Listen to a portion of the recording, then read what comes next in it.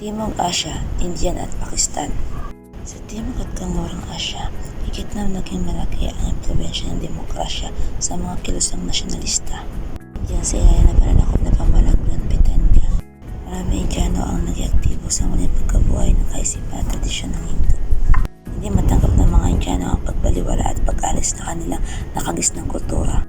Hinimok ni Swami Dayanand Saraswati, isang nasyonalista, ang muling pagbasa ng mga bida upang maging batayan ng pang-araw-araw na pamumuhay ng mga Indiano. Pinagad din ng mga Indiano ang pikatsurin ang konstitusyon na magbibigay sa kanila ng mas malaki at malawak na pagkakataong makalahok sa pamamahala sa bansa.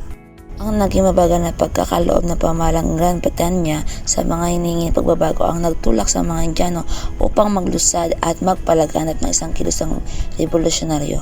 Pinangunahan ni Bal Gangadhar Tilak ang tinatawag na militanteng nasyonalismo. Nagsagawa sila ng marahas na pagkilos laban sa mga English mula 1905 hanggang 1914. Samantala, may mga Indiano naman ang nagpamalas ng moderasyong nasyonalismo sa pamumuno ni Mohandas Gandhi. Siya ay naging pangulo ng All India National Congress na itinatag noong 1885. Noong 1935, nagbigay ang pamahalang Grand Britanya sa India ng isang bagong konstitusyon na nagkaloob ng isang legislatibong bicameral at estadong federal. Sanggunian ng mga estado at kapulungan. Inanggihan ito ng mga Indiano at Muslim. Itinatag noong 1906 ang Muslim League upang mabigyan ng proteksyon ng mga karapatan at kapakanan ng mga Muslim laban sa mga paniniwalang Hindu.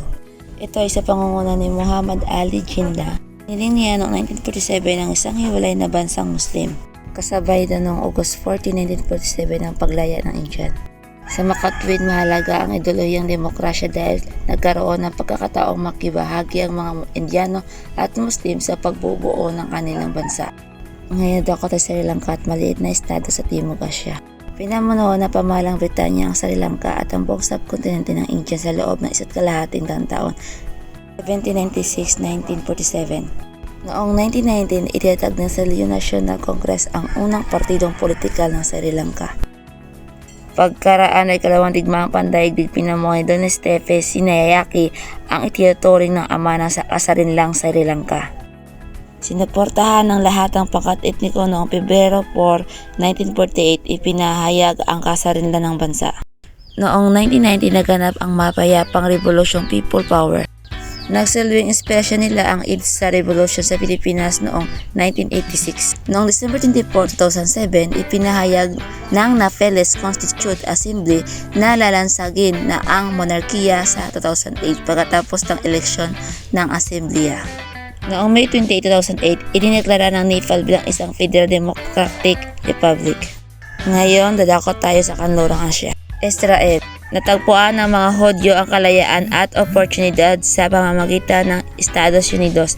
Naging instrumental ang pamahalaan ng US sa pagtulong sa mga Hudyo.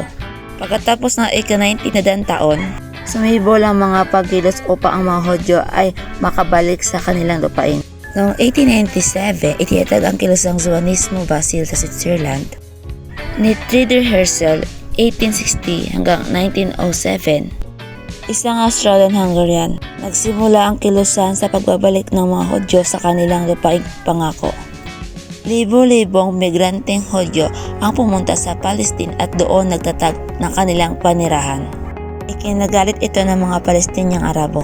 Noong 1921, inayos ng pamahalang Britanya ang usapin tungkol dito na nagdulot ng paghahati sa Palestine. Nagkaroon ito ng dalawang estado, isa para sa mga Hudyo at ang isa ay para sa mga Arabo.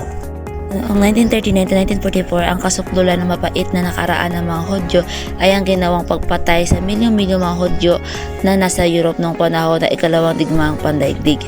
Isinagawa ito ni Nazi German sa pamumuno ni Adolf Hitler. Ang pangyayaring ito ay tinatawag na Holocaust.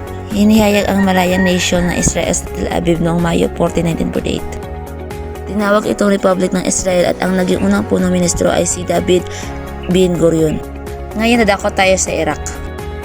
Pagkaraan ng ikalawang digmaang pandaigdig, ang Iraq at ang Palestine ay napasailalim sa pamamahala ng bansang Britanya.